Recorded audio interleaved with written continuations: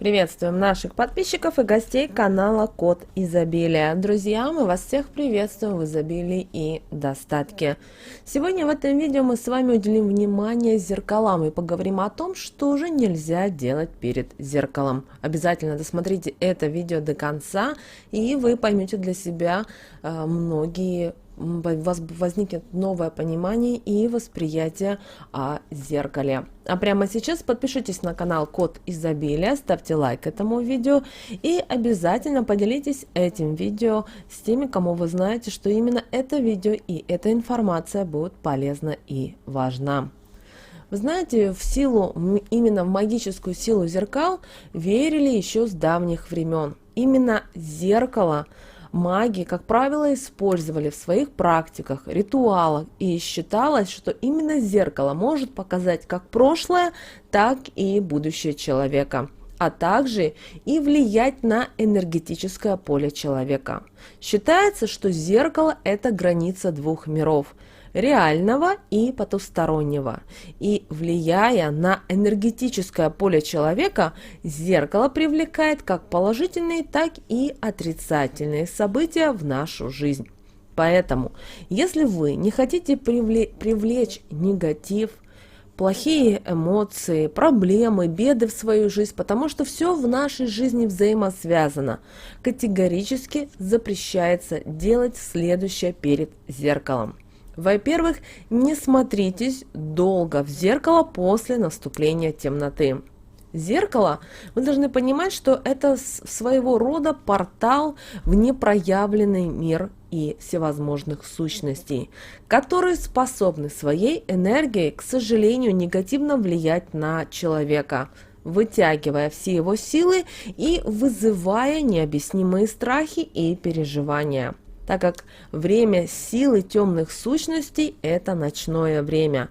Поэтому и не рекомендуется с наступлением темноты смотреться в зеркало, особенно в период с 12 до 3 часов ночи. По этой же причине категорически запрещается располагать зеркало в спальне так, чтобы в нем отражалась именно ваша кровать. Также нельзя смотреться в зеркало, если в доме есть покойник.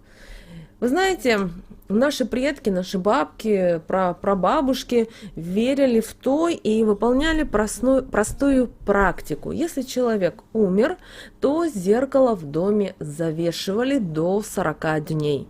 Считается, что душа человека не сразу отходит в иной мир, а какое-то время еще находится среди нас, живых, среди своих родных людей и в доме, где сам и жил человек. Поэтому наши предки верили, что душа вместо того, чтобы уйти в мир духов, может по ошибке войти в зеркало и остаться в нем, а значит и остаться в этом доме. Поэтому зеркала в доме, как правило, всегда завешивали. И даже сейчас в современном мире кто-то говорит о том, что он даже не верит в народные приметы, в суеверия, но все равно, когда наступает вот эта плохая эта ситуация, все-таки все стараются зеркала позавешивать. И да, есть такая даже традиция, что завешивают вот в одних селах, мы видели, в деревнях именно только до похорон, а вот по другим все-таки рекомендуется и считается, что нельзя было снимать завесу до 40 дней. Также ни в коем случае не делайте так, чтобы в зеркале отражались какие-либо ваши негативные эмоции или негативные эмоции всех тех людей, которые проживают в вашем доме. Потому что зеркало, оно все записывает и после этого отражает на вас. При этом оно это все удваивает, увеличивает в размерах. Поэтому никогда не злитесь, не плачьте перед зеркалом.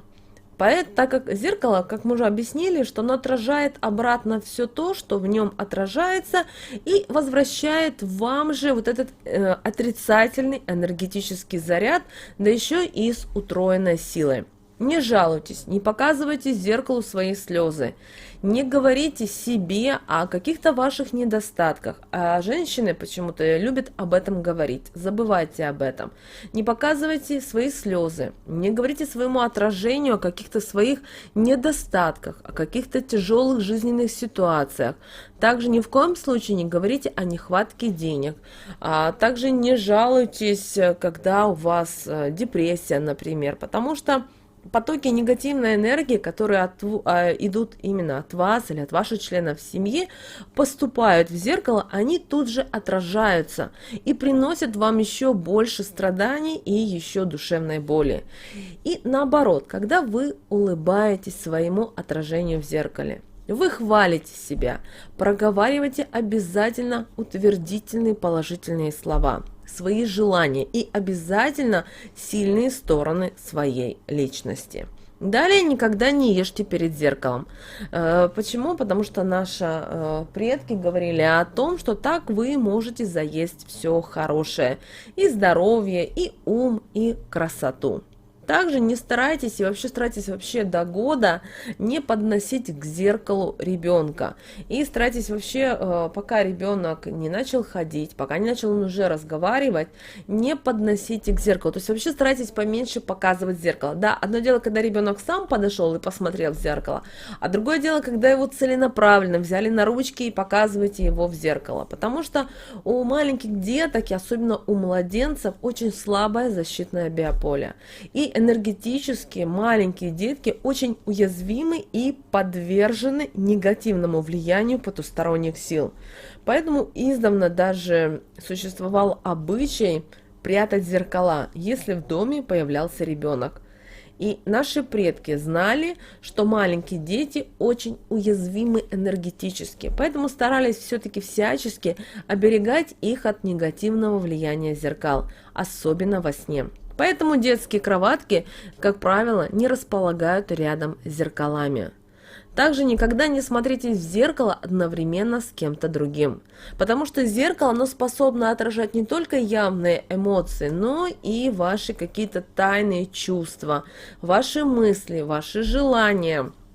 И если другой человек испытывает негатив по отношению к вам, чувство зависти, злости, ненависти, то, к сожалению, зеркало может этот негатив отразить и именно передать вам. Также никогда не смотрите в разбитое и треснувшее зеркало. А также в доме не должно быть зеркал с несколькими поверхностями, потому что в таких зеркалах отражение человека дробится на несколько частей, тем самым разрушая биополе и нарушая положительную энергетику. Разбитое зеркало вообще считают плохим знаком, предостережением человеку о грядущих неприятностях и о том, что он что-то делает неправильно в жизни. Поэтому для гармонии и положительной энергетики вашего дома должны быть цельные зеркальные поверхности, без узоров, без всяких дроблений и прочего декора, который может разделять ваше тело на части. Также ни в коем случае в зеркале не должны отражаться фотографии вас, детей, а также семейные фотографии. Вот сегодня, друзья, мы хотели с вами поговорить о том, что же нельзя делать с зеркалами, для того, чтобы в вашей жизни всегда была гармония, изобилие и достаток.